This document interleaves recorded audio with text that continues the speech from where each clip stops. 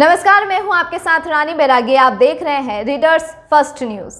Readers first ने रायगढ़ के पूर्व विधायक विजय अग्रवाल से कई मुद्दों पर सीधी बातचीत की। गौरतलब है कि रायगढ़ के विकास में विजय अग्रवाल की प्रमुख भूमिका रही है। आज रायगढ़ का जो स्वरूप है उसे विजय अग्रवाल के कार्यकाल की देन होने की चर्चा आम है। रायगढ़ जिले के भाजपा की कोर टीम के प्रमुख अंग रहे विजय अग्रवाल आज भाजपा में नहीं है, पर राजनीतिक हल्लों में उनके भाजपा में पुनर्प्रवेश की चर्चा गर्म है। प्रदेश में बढ़ रहे भ्रष्टाचार और रायगढ़ के थम गए विकास की चर्चाओं के बीच विजय अग्रवाल ने रीडर्स फर्स्ट के सवालों जैसे कब होगी घर वापसी, भाजपा जनता के मुद्दों पर क्यों नहीं हो रही मुखर, भ्रष्टाचार आदि पर बेबाकी से रखी अपनी राय। देखिए क्या कहा विजय अग्रवाल ने। आज हम आपको रायगढ़ की एक ऐसी शख्सियत से रूबरू कराने जा रहे हैं जिन्होंने अपने कार्यकाल में अभी रायगढ़ का जो वर्तमान स्वरूप है उसको पहचान दी है। भाजपा के दिग्गज नेता और पूर्व विधायक श्री विजय अग्रवाल, आइए उनसे हम कुछ अंतरंग बातचीत करते हैं। आप अपने कार्यकाल में रायगढ़ के विकास के लिए आपने जो भी किया, आज उसी के बदौलत रायगढ़ की पहचान बनी है और अब ये आरोप लगाया जा रहा है कि रायगढ़ की विकास थम चुकी है। इस संबंध में आपका क्या कहना है? देखिए, जो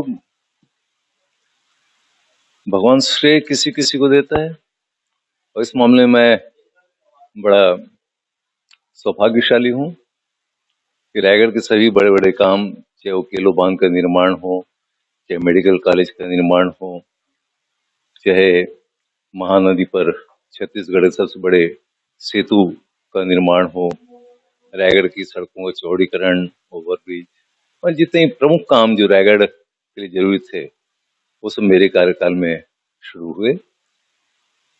और ये बात सही कि उसके बाद 2008 के बाद कोई बड़ा काम जिसको माइलस्टोन कह सके रायगढ़ विकास के दृष्टिकोण से कि एक अच्छा बड़ा काम हुआ है, ऐसा कोई काम दिखाई तो नहीं देता। आप भाजपा से तब से जुड़े हुए हैं जब रायगढ़ में भाजपा का कोई नाम लेवा भी नहीं था, तो आपकी नज़रों में भाजपा की तब की स्थिति और आज की स्थिति में क्या अंतर है? देखिए, गंगा में बहुत पानी बह गया है। तब की राजनीति और आज की राजनीति में बहुत अंतर है।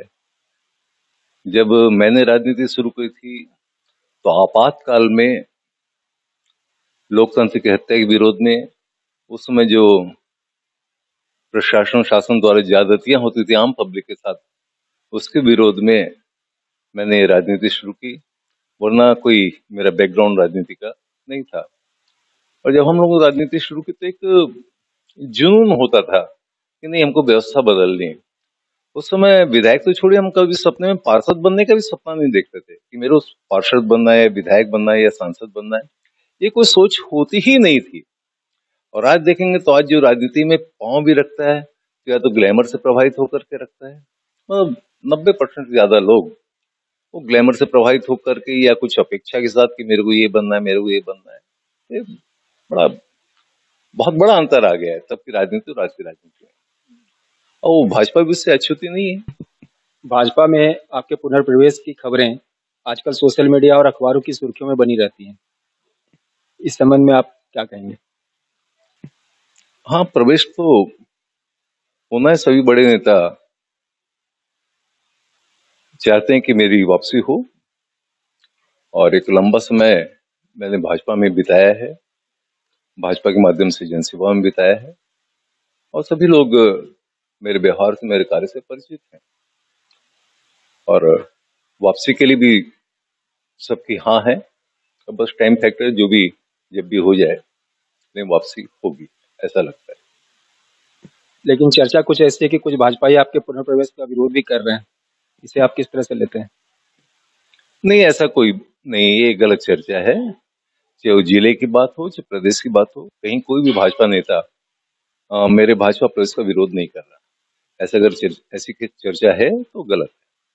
कांग्रेस सरकार की नीतियों का जिला भाजपा उस तरीके से विरोध नहीं कर पा रही है जितना कि अपेक्षित है, तो क्या हम इसे इस बात का संकेत माने कि जिला भाजपा का नेतृत्व अब कमजोर हो गया है? नहीं, ऐसा नहीं है। अपना अपना सोचने का नजरिया होता है। आप जिस नजरिए से सोचते हैं आपको लगता है, हो सकता है लगता है कि उतना नहीं कर रही भाजपा, लेकिन भाजपा के जो पदाधिकारी हैं, जो वर्तमान के नेतृत्व करता है, वो अपनी समझ से बेहतर काम कर ही रहे होंगे। रायगढ़ की सड़कों की हालत बहुत ही ज़्यादा दयनीय है। इस संबंध में जब हमने रायगढ़ विधायक से चर्चा की तो उनका यह कहना है कि राज्य की सड़कें सभी अच्छी हैं, शहर की सड़कें सभी अच्छी हैं, लेकिन एनएच की सड़कें खराब हैं। और इस संबंध में रायगढ़ सांसद श्रीमती गोमती साय का कहना है कि एनएच की सड़कें लगातार निरंतर बनती रहती हैं और उनकी हालत अच्छी है, राज्य सरकार ही अपनी सड़कों को उपेक्षित कर रही है। तो इस विवाद के विषय में आपका क्या कहना है? नहीं, इसमें एनएच की सड़कें या राज्य शासन की सड़कें ये कोई विवाद के विषय नहीं है। आम जनता को तो यातायात के लिए, परिवहन के लिए अच्छी सड़क चाहिए, चाहे वो एनएच की हो, चाहे स्टेट हाईवे हो, स्टेट की सड़कें हो, ग्रामीण सड़कें हो, जिला मार्ग हो। और विधायक का ये कहना बहुत गलत है। आप अभी मेरे घर आए हैं ढिमरापुर रोड पे, ढिमरापुर रोड की दुर्दशा देख लीजिए, कितने गड्ढे आपको मिले होंगे। आप बगल में ढिमरापुर चौक है, वहां से चले जाइए, देख लीजिए सड़क की क्या दिशा है, वो तो कोई एनएच नहीं। अब ढिमरापुर चौक से जिंदल रोड चले जाइए, सड़क की जो दुर्दशा है पूरे शहर में, पूरे, मैं तो बोलता हूँ पूरे शहर में नहीं, पूरे प्रदेश में ये हाल है। और ये एनएच की, बहुत सारे एनएच बन जाने से तो बहुत सारा यातायात का दबाव जो उन पर डाइवर्ट हो गए तो बहुत कुछ राहत है। तो विधायक तो बहुत गलत बोल रहे हैं। आप सूरजगढ़ जो पुल बना, पुल के पास चले जाइए, आज वहां की जो दुर्दशा है, 1.5-2 फुट के गड्ढे हो रखे हैं। और मजे की बात, विधायक जी का घर वहीं पर है, उनको रोज उस मार्ग से आना जाना पड़ता है। वहां की दुर्दशा देख लीजिए, छिछोर उमरिया से बड़े भंडार के सड़क की दुर्दशा देख लीजिए, रायगढ़ से महापाली मार्ग की दुर्दशा देख लीजिए। तो सड़कों का तो बहुत ही बुरा हाल है। और जो शासन को ध्यान देना चाहिए, वो शासन का ध्यान बिल्कुल सड़कों पर है नहीं, और पूरी सरकार इस मामले में तो मैं बोलूँ बिल्कुल फेल है। जैसा कि अभी चर्चा में ही हमने इस बात को जाना कि महोदय के कार्यकाल में रायगढ़ में बहुत सारे विकास के कार्य हुए।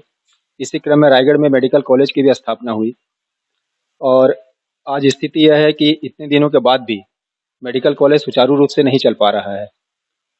यहाँ पे ना तो प्रोफेसर्स हैं और ना ही डॉक्टर्स हैं जितने होने चाहिए। इस वजह से जनता को इसका अपेक्षित लाभ भी नहीं मिल पा रहा है और छात्रों की पढ़ाई भी इससे बाधित हो रही है। तो इस संबंध में आपके क्या विचार हैं? देखिए, इसके बारे में सीधी सीधी बात यही है कि स्थानीय नेतृत्व, जिनके हाथ में आज शासन है, वो इसके लिए दोषी है। जो गंभीरता उनको रखनी चाहिए, जिस गंभीरता से इस पे ध्यान देना चाहिए, उस गंभीरता का सर्वथा अभाव है। और प्रदेश के लोग को जब आप चिल्लाएंगे नहीं तो उन लोगों को क्या है, तो गंभीरता का अभाव है, और इसी कारण दुर्दशा। नहीं तो बहुत पहले हो जाना चाहिए, 2008 में इसका काम शुरू हो गया था। आज 2022, 14 साल में तो अरबों खरबों के काम हो जाते हैं। जितने बड़े बड़े काम हो रहे हैं केंद्र स्तर के हम देख रहे हैं, लेकिन रायगढ़ में नेतृत्व की कमजोरी के कारण, कि वो रायगढ़ से सरिया सड़क मार्ग हो, चंद्रपुर के पास जो नया ब्रिज बन रहा है, वो ब्रिज का काम देख लीजिए, मतलब कुछ काम हो ही नहीं रहा है। लेकिन यहाँ किसी को परवाह ही नहीं है। ऐसे लगता है पूरा पूरा पूरा का पूरा तंत्र केवल भ्रष्टाचार के इर्द गिर्द सिमट गया है। बाकी काम से, विकास से, जनता के दुख दर्द से किसी कोई मतलब नहीं। मेडिकल कॉलेज भाजपा के पितृ पुरुष लखीराम अग्रवाल जी के नाम पे बना हुआ है, और इसकी दुर्दशा को देखते हुए भी जिला भाजपा अपेक्षित आंदोलन या कोई विरोध नहीं कर पा रही है। तो इसे आप किस रूप में लेते हैं?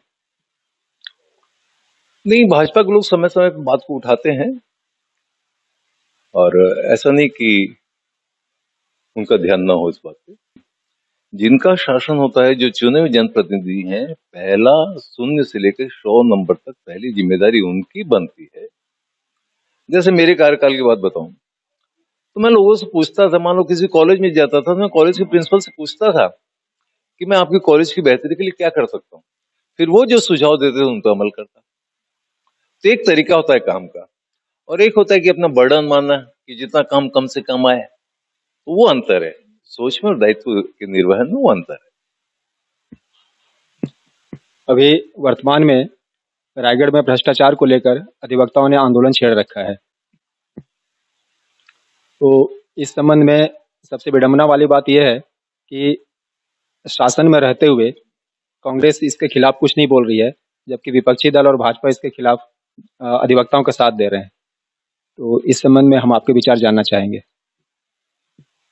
नहीं, देखिए, इस बारे में तो कोई शंका नहीं है। मैं किसी प्रकार की भी मार पिटाई या कानून को हाथ में लेने के पक्ष में कदापि नहीं हूं, लेकिन भ्रष्टाचार जिस चरम पर पहुंचा जा रहा है, भ्रष्टाचार जितना निरंकुश होकर पूरी नंगाई के साथ नृत्य कर रहा है, भ्रष्टाचार से आज कोई अछूता नहीं है, तो इसकी परिणति कहीं ना कहीं तो होगी। किसी छोटे की शिकायत करो बड़ों पे तो वही हाल है, उससे बड़े की शिकायत वही हाल है। तो कहां आप जाओ, भ्रष्टाचार की शिकायत करने कहां जाओ। आज स्थिति ये आ गई, और खासकर रेवेन्यू डिपार्टमेंट की स्थिति ये आ गई है कि आज जितने रिकॉर्ड है उसमें से अधिकांश रिकॉर्ड मैनिपुलेटेड है। मैं कहीं तालाब थे, आज नहीं है। अब उसका रिकॉर्ड 10-20 साल का खंगालोगे, आपको उसमें भी तालाब नहीं मिलेगा। कहां गया भाई? बस सारे सारे रिकॉर्ड मैनिपुलेटेड है, और राजस्व डिपार्टमेंट तो बिल्कुल गले तक नहीं, सर के बाल तक भ्रष्टाचार में डूबा हुआ है। उसकी परिणति ये, मैं पुनः दोहराता हूं कि मारपिटाई इसका सॉल्यूशन नहीं है, लेकिन हुआ, घटना तो हुई, और भाजपा ने इसका समर्थन किया है, वकीलों का समर्थन किया है, भ्रष्टाचार के विरोध में समर्थन किया है, और मैं भी बिल्कुल भ्रष्टाचार के विरोध में उनका समर्थन करता हूं। जहां तक आपका प्रश्न है कि सत्तारूढ़ दल के लोग कुछ नहीं कर रहे, तो इंटरनल अंदरूनी स्तर पे वो करते होंगे। सत्तारूढ़ पार्टी के लोगों का एक अपना धर्म होता है, विरोध उनका धर्म नहीं होता, तो वो अंदरूनी स्तर पे कुछ करते हैं जो उनको उचित लगता होगा। भ्रष्टाचार तो ऐसी व्यापक समस्या है कि चाहे वो सत्तारूढ़ दल हो या विपक्ष हो, नैतिक दायित्व तो बनता है करना।